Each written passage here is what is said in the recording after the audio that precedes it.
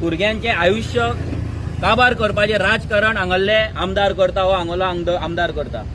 आमी जर हांगा पळयत ह्या कॉन्स्टिट्युएन्सीन आमी ज्या जाग्यार उबे आसा हांगल्यान ते वाटेन जर तुमी म्हापसा सायडीन वयशीत जाल्यार ज्या मुशीर एक बस्ती जाल्ल्या ऑलमोस्ट 65 स्क्रॅप यार्ड आसा तेजेर आमी डेमोलिशन ऑर्डर हाडून डेमोलिशन ऑर्डर जावन थंयसर तेंचे डेमोलिशन ऑर्डर जावन ते कोर्टान गेल्ले आसा.